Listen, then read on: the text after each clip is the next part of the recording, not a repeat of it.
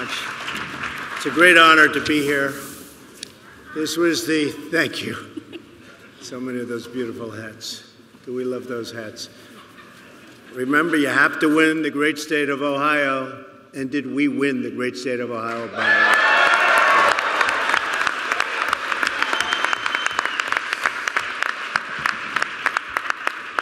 And I always say this, how are we doing now compared to the election?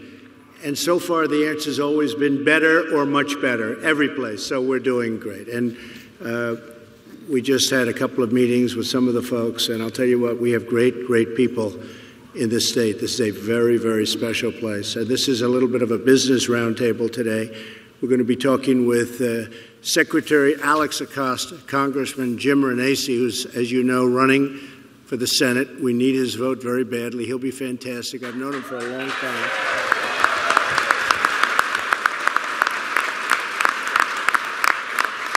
I've known Jim for a long time, and he agrees with what we're doing, and he agrees. You look at the steel plants, and steel mills are starting to open again. I just left the president of United States Steel, and he said it's incredible what's happening.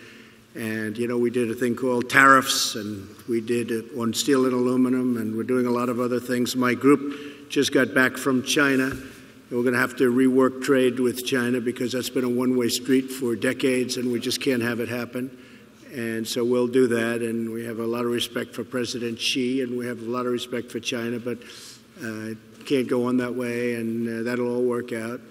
We're doing very well on, as you know, North Korea. We'll see what happens, but we have a meeting set up. We have the location all done. We have the time and place all finished now. We have the date, and so I think that'll be something very special. If you remember, we were into that. Others from the administration were saying that's going to be the toughest problem, and certainly it's a problem. There are many problems, and we'll get them solved.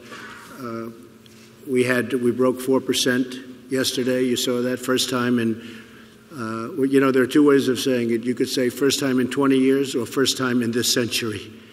And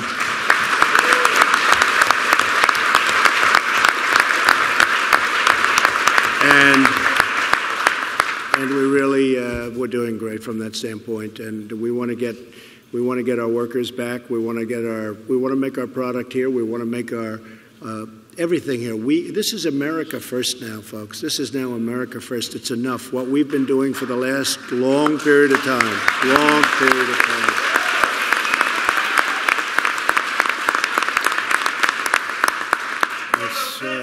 Thank you. We have Make America Great Again. We have America First. You can choose whichever one you want, or you can choose both. I really want to choose both, but the choice is America First, because we really have, and by the way, other countries, they put themselves first. Okay, I'm not saying, you know, we've had where we talked about America. Well, the fact is, we want to be first. We're going to make our country great. And you know what? People from other countries, they're going to do what they have to do. But we're going to bring it to a level playing field right now. You look at our trade deficits with every country, virtually. I mean, I don't even have to ask. I don't have to go around, how are we doing with this country or that country? For the most part, almost every time, we're doing badly.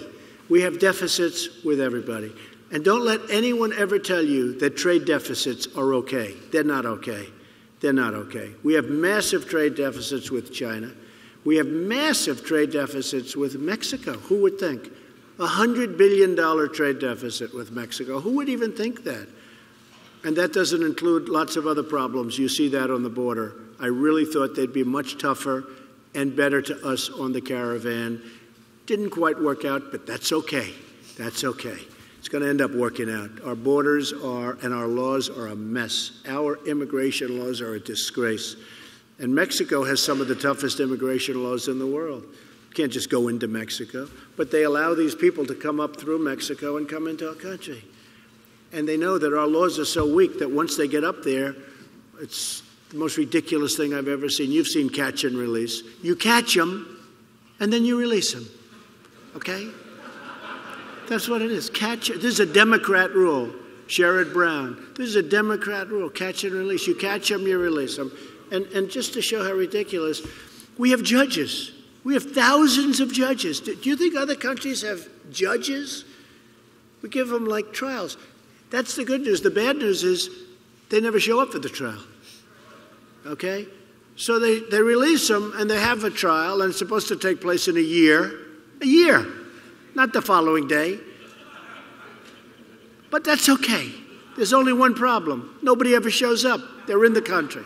Welcome to the United States. And these are the laws that we're suffering with. This is why you'll see, and the wall we have to build. How about the wall where everyone scales the wall?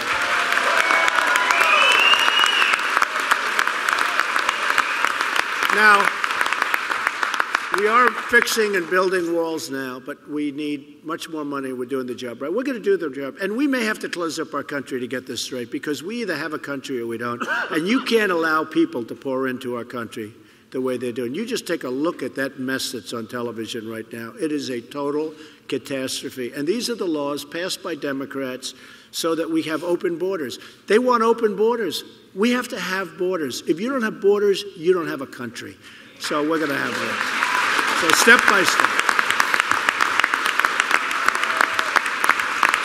by step, we've made a lot of progress, and we're going to be making a lot of progress in that too. And we have actually, it's very interesting. In San Diego, they wanted a wall built. We have the money to build a wall. We are actually, we got $1.6 billion for fixing and building. But in San Diego, California, where we have a lot of problem, we have a governor that's not cooperative. Wants to have, between sanctuary cities and let people come in with open borders and everything else. It's not easy for our Border Patrol people. It's not easy for our ICE people. How about the mayor of Oakland, where she notifies them that ICE will be coming, so everybody splits up? And this was a well-orchestrated situation. She notifies them that ICE will be coming, and everybody splits up. So all of that work and all of that everything to do what they had to do, it turned out to be a big bust.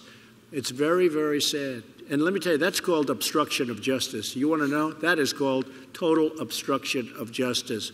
So we're getting it straightened out. It will be straightened out soon. We passed the biggest tax. If you look, you take a look at the tax, I call it the tax cut plan. They wanted to call it the tax reform plan. I say, how come since Reagan, nothing has passed having to do with tax cuts? How can, and being a non-politician, I'd say, how is it possible not to be able to pass tax cuts? They said, well, it hasn't happened since Ronald Reagan, anywhere near what we're doing. But essentially, tax cuts, even at a small level. I said, I don't understand. You're going to reduce taxes for people and you can't get votes? They say, no, sir. I say, I can't figure it out. Then I found out they don't call it tax cuts. They've called it tax reform. Well, tax reform might mean your taxes go way up. It could mean a lot of bad things. So I said, here's what we'll do. We're going to call this plan the tax cut plan. Tax cut, C-U-T, tax cut. We're going to cut taxes. We're not going to reform. We're going to reform too, but we're not going to reform. We're going to cut taxes.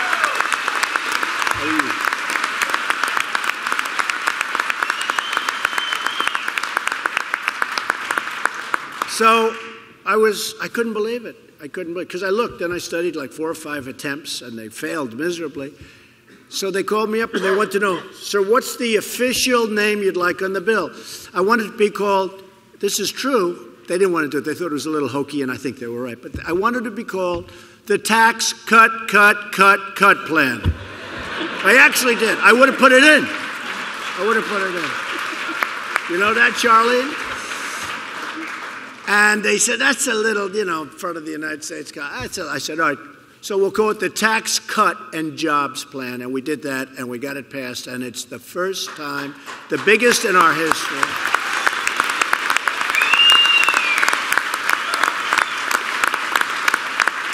And the stock market, since the election, the stock market is up almost 35%. Think of that, almost 35%. And honestly, and companies are doing even better than that. Companies are doing better. They are ready to just do numbers that you've never seen before. And we do need people coming into our country. At 3.9% unemployment, we need people coming in.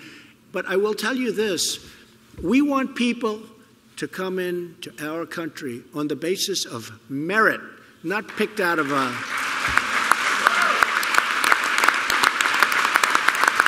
So we're working on merit systems because we need people to help. We have up in Wisconsin, we have Foxconn coming in. That's a friend of mine. They make many of the Apple iPhones and Apple equipment. And I said to Tim Cook, who's now investing $350 billion, Apple, and they're bringing much of it in from foreign lands, from overseas. They're bringing it in because of our new tax plan, because it gave them the incentive to bring money. So these big companies are bringing the money back and they're investing it in the United States. Tim Cook is bringing $230 billion back from overseas, money you would have never seen. And Apple's spending $350 billion on new plants and a campus. So it's great. It's great. So we have a lot of things happening, and in Ohio, you know what's going on. The auto companies are starting to come back. They're starting to expand. I was so nice. I was greeted at the airport by great people, and some of them were coal miners. And one of them said they're dressed in beautiful, actually a black shirt. I said, give me one of those. I want to wear it if I ever play golf. I'll wear that shirt. It's beautiful. It was beautiful, actually, but they're proud, and there were 4 of them. And they were standing. They greeted me off the airplane. There were a lot of people waiting at the airplane. And I went over. They said, sir, we're coal miners. And since the day you got elected, we've been filling up the trains. I said, what do you do? He said, we load trains. I said, well, that's a good description. I mean, I don't need better than that. That says it all. He said, we load trains. And from the day you got elected, we've been loading trains. Before that, I said, how was it? They said, not good. There wasn't too many trains to be loaded. But he said, I haven't had a day off since the day you got elected. And that's happening, and it's going to be happening even more so.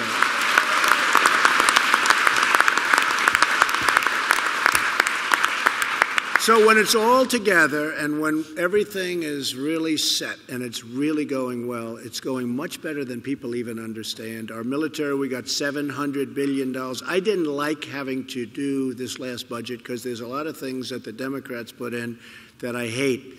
But I had to get money for our military. Our military was depleted. We weren't getting the new equipment. You will see the same stories that I do. And we needed help. And I got $700 billion, and then I got $716 billion. And remember, that equipment is all made here. It's made in the United States. We make the greatest missile systems, the greatest planes. We make the greatest military equipment and a lot of other equipment, including commercial planes. But we make the greatest military equipment in the world. You got to see that recently when you saw what we did in Syria, where they said, oh, we shot down 40 missiles. I don't think so. I called up, I said, how many were shot down? None. Stealth missiles. It's called stealth missiles. And every single one. We shot in 109, and we had 109 hit their target. And by the way, France and the UK was great. They helped us. They were with us all the way, and we appreciate that. But we make the greatest equipment in the world, but we had to fix our military. We also wanted something that has a tremendous impact on Ohio is the opioid disaster. Drugs generally, but the opioid. We got $6 billion for opioid prevention and work and rehab, and we need help. We need help. And we're very, very tough. One of the reasons we want the strong borders, a lot of this stuff comes in from different places, but it comes in from Mexico. It comes along the southern border, and we're stopping it. We're making it much tougher, but we can't do that unless Congress gives us the tools that we need. We have to get rid of catch and release. We need strong tools. We don't want the lottery system. We want a merit system. Can you imagine a lottery system? Can you imagine it? We take people based out of a lottery. A lottery. You think the country is putting their finest in the lottery? I don't think so. I don't think so, all right? Think about that.